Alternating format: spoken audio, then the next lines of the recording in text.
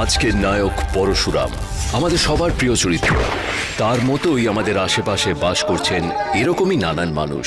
শুনবো তাদের গল্প। বাজারটা এখানে রাখলাম। এত কাজের ব্যস্ততার মধ্যেও দায়িত্ব কর্তব্য পালনে কিন্তু বাড়িতে কোনো ত্রুটি রাখেন।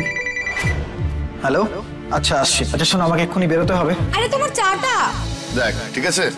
বাবা আমাকে আর বোনকে খুব ভালোবাসে। জানো তো আমাদের বাবা খুব ভালো পাস্তা বানাতে পারে। হ্যালো। কিন্তু সানডেতে আমাদের ছুটি থাকলেও বাবার আর ছুটি নেই। ঠিক আছে। কি রে, তোর তো জ্বর। একটু দাও। হ্যালো, হ্যাঁ আমি এখনই আসছি। আর সাবধানে থেকো মা। আমার স্বামী একজন স্বাস্থ্যকর্মী। নিজের কাজের পাশাপাশি আমাকে উনি ভীষণ ভালোবাসেন আর আমার যত্ন নেন। লাট্টু আর পিকর পায়ের মতো আমাদের বাবা সুপার টপ। আমার ছেলে একজন দমকল কর্মী। সে জীবনের তোয়াক্কা না করে যেমন অন্যের প্রাণ বাঁচায়, তেমন আমাকেও আগলে রেখেছে। আমার কাছে আমার স্বামী পরশুরাম।